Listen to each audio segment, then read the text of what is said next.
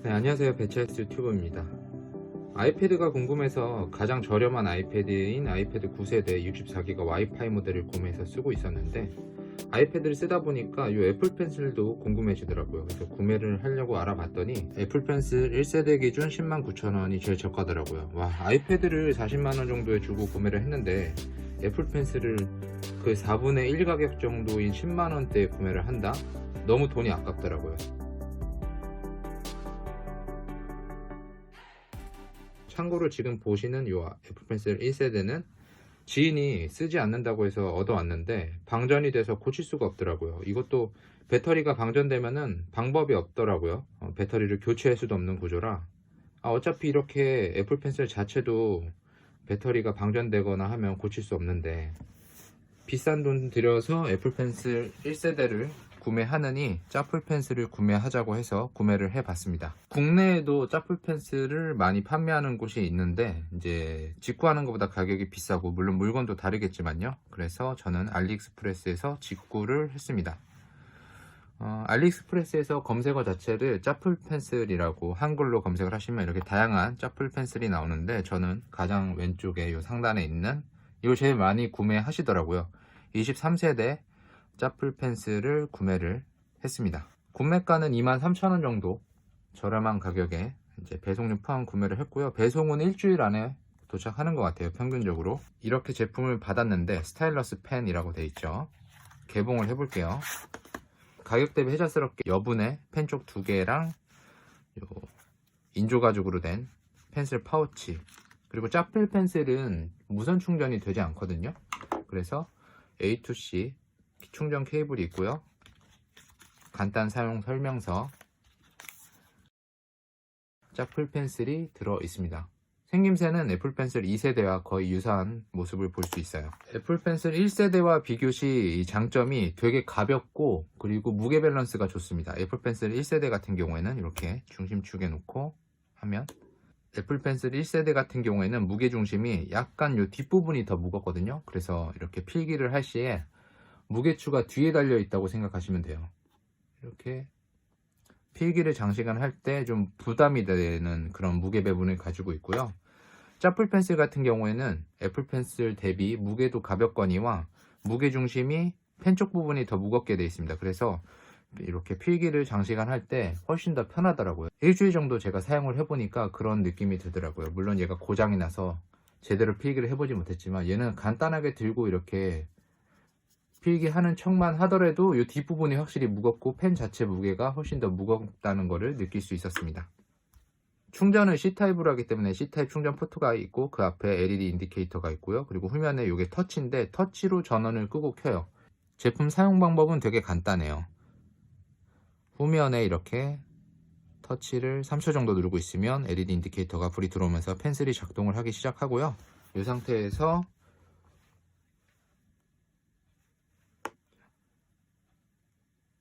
사용을 하게 되면 바로 작동을 하게 됩니다.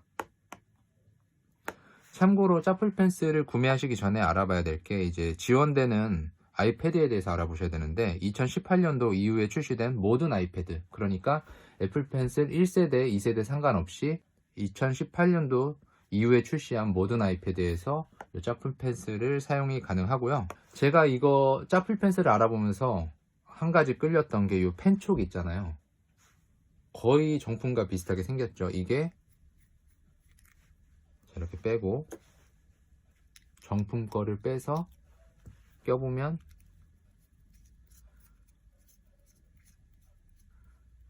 딱 맞아 떨어지죠. 정품 펜슬의 펜촉을 사용할 수가 있다는 게 저한테는 가장 큰 메리트였어요. 왜냐면은 이 정품 펜슬 앞에 끼우는 여러 가지 그런 팁 같은 거 있잖아요. 그런 거를 호환이 가능하기 때문에 범용성에서 더 좋다고 생각해서 이 23세대 짜플 펜슬을 구매를 했습니다. 특별히 연결할 필요 없이 좀 전에 보여드렸다시피 이 후면부의 터치를 이용해서 전원만 켜게 되면 그냥 작동을 해요. 제스처 기능도 이렇게 사용이 바로 가능하기 때문에 그냥 이렇게 쓰시면 되고, 다만 이제 얘가 블루투스를 지원을 하거든요. 블루투스 기능이 왜 있냐면요, 이 LED 인디케이터로 배터리 잔량을 확인할 수는 있거든요. 자, 지금은 이게 파란불인데 초록불일 때가 배터리가 100%에서 70% 사이라고 생각하시면 되고, 지금처럼 파란불 때는 70%에서 20% 사이라고 생각하시면 되고요. 빨간불이 들어오면은 배터리가 20% 이하라고 생각을 하시면 됩니다. 근데 이것만 가지고는 좀 답답하잖아요. 정확한 배터리 잔량을 알고 싶은 사람들이 있을 거 아니에요. 그럴 경우에 이제 블루투스를 연결을 해주면 됩니다. 제품을 켠 상태에서 블루투스 모드로 가시고, 그러면 스카이펜이라고 떠요. 이걸 클릭을 하시면 연결이 돼요. 페어링.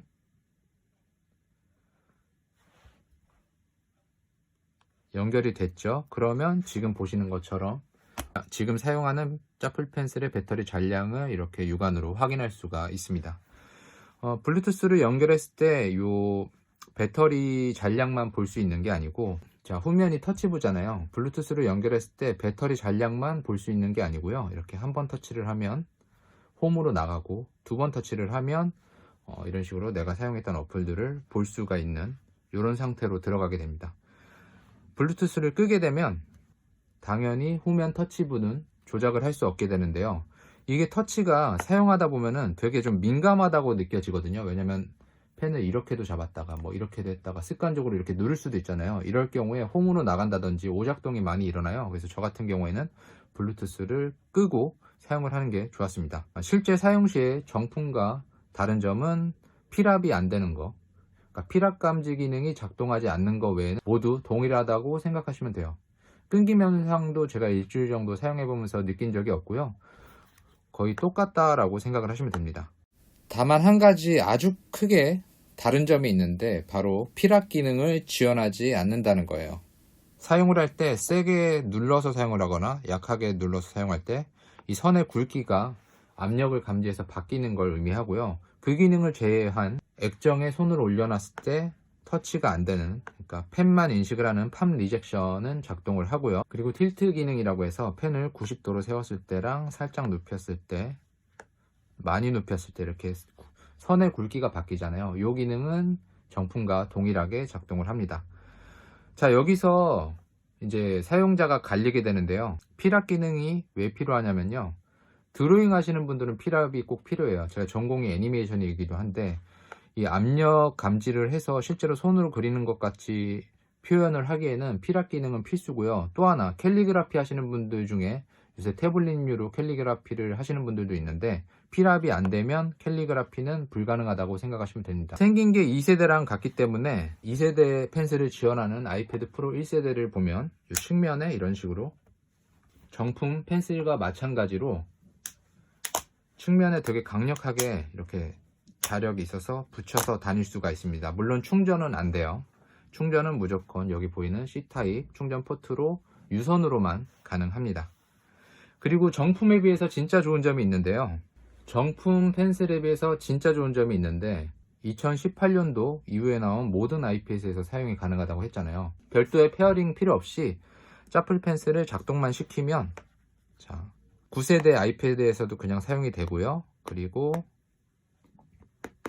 아이패드 프로 1세대에서도 그냥 작동을 합니다. 별도의 페어링이 필요가 없어요. 이게 엄청 저는 좋게 느껴지더라고요. 요즘에 한 가정에 태블릿이 여러 개 있는 경우가 있잖아요. 그게 만약에 아이패드로 동일하다고 생각한다면은 이렇게 펜슬 하나로 돌려쓰기가 되게 좋을 것 같아요. 별도의 페어링이 필요 없으니까요. 또 하나 좋은 점은 이제 블루투스 페어링을 하지 않는다면 약 30시간을 완충해서 사용할 수가 있습니다. 굉장히 긴 시간을 충전 고민 없이 사용을 할 수가 있어요. 그러니까 배터리도 되게 강점이죠. 블루투스를 연결한다고 해도 약 10시간 정도 사용을 할 수 있기 때문에 정품 대비 배터리 사용 시간, 효율 같은 거는 훨씬 더 뛰어나다고 할 수가 있습니다. 저처럼 아이패드 9세대 또는 8세대, 7세대 가장 저렴한 아이패드에서 펜슬을 사용하고 싶으신 분들 중에 이제 라미네이팅 처리 때문에 별로다, 그러니까 가장 저렴한 아이패드는 필기용이나 드로잉용으로 별로다라고 하시는 분들이 있을 거예요. 보시면 이 액정 터치 패널과 이 액정 사이의 갭이 꽤 크거든요. 화면에 잘 보일지 모르겠네요.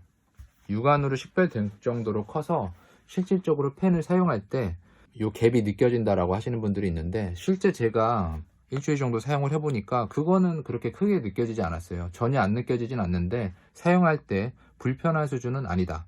다만 이제 또 퉁퉁거리는 게 싫다고 하시는 분들이 있는데, 아이패드류 중에 가장 저렴한 애들 라미네이팅 처리가 안 된 애들은 손으로 터치할 때도 약간 퉁퉁거리는 느낌이 있거든요. 필기할 때도 마찬가지로 라미네이팅 처리가 된 아이패드보다는 소음이 좀 더 컸습니다. 한번 들려드릴게요.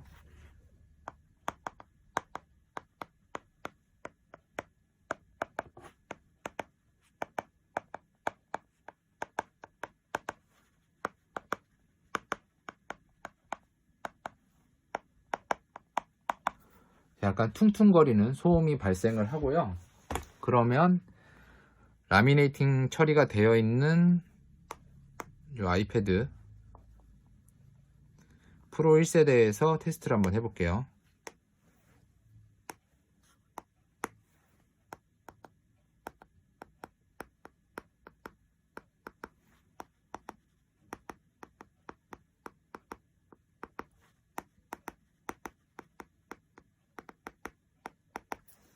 자, 어떻게 들으셨나요? 일부러 세게 했을 때는 이 정도 차이가 있고요. 확실히 더 퉁퉁거리는 느낌은 있는데 둘 다 소음이 있는 건 마찬가지예요. 이 펜 쪽 앞에 소리가 덜 나게 하는 실리콘 팁 같은 거 뭐 따로 팔더라고요. 그런 걸 껴서 사용하지 않는 이상 어차피 조용한 도서관 같은 곳에서는 둘 다 사용하기가 힘들고 소음은 존재한다라고 생각하시면 될 것 같아요. 프로 라인업과 일반 아이패드 사이에 차이가 또 하나 있죠. 60Hz와 120Hz. 어차피 두 기계가 다 있으니까 한번 차이를 보여드리도록 하겠습니다. 빠르게 선을 그어서 그걸 느린 화면으로 121Hz와 60Hz의 차이를 보여드리도록 할게요. 참고로 지금 먼저 보여드리는 건 아이패드 9세대입니다.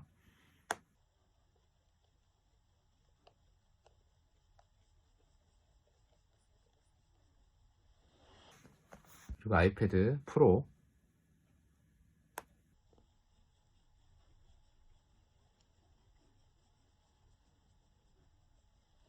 자, 어떠셨나요? 이게 느린 화면으로는 제가 편집하면서 볼 거기 때문에 어떤지 모르겠지만 지금 그냥 테스트 시 보여드린 거는 저는 글쎄요, 주사율 차이에 따른 그 필기감의 차이는 거의 없다라고 생각이 들 정도예요. 둘 다 훌륭한 걸 볼 수 있습니다. 자, 어떻게 보셨나요? 저는 일주일 정도 사용을 해보고 난 뒤에 대단히 만족스러웠거든요. 장점은 2만원 초반대로 가격이 저렴하다. 뭐 알리익스프레스에서 직구를 하더라도 5일 안에 온다는 거고요. 그리고 배터리가 블루투스 페어링 안 했을 때 약 30시간 정도, 정품 대비 훨씬 더 오랜 시간을 사용할 수 있다는 거. 그리고 요 정품과 똑같은 앞에 펜 촉을 교체해서 사용할 수가 있다는 장점이 있고, 정품 대비 가볍고 무게 배분도 요 펜 쪽 부분이 좀 더 무겁기 때문에 쓸 때 훨씬 더 손의 피로도가 적었다라는 게 제가 생각할 때 장점인 것 같아요. 뭐 단점이라고 꼽을 거는 솔직히 필압 감지가 안 되는 거 빼놓고는 흠잡을 게 없어요. 아주 쓸만하다는 게 제 생각입니다. 저가형으로 펜슬을 찾고 계시다면은 지금 제가 구매한 요거 다른 제품은 또 다를 수도 있기 때문에 23세대 요 짝불 펜슬 요거 추천드리고요. 근데 조만간 필압 되는 것도 아마 나오지 않을까요? 그렇게 되면은 판도가 아예 바뀔 것 같아요. 굳이 정품을 살 필요가 있을까? 배터리가 방전되면 교체도 안 되는 정품을 말이죠. 가격도 훨씬 비싸고요. 오늘 영상 여기서 마치도록 하고요. 좀 펜슬을 염두에 두신 분들한테 참고가 됐으면 좋겠습니다. 그럼 저는 또 다음 영상에서 뵙도록 할게요. 안녕.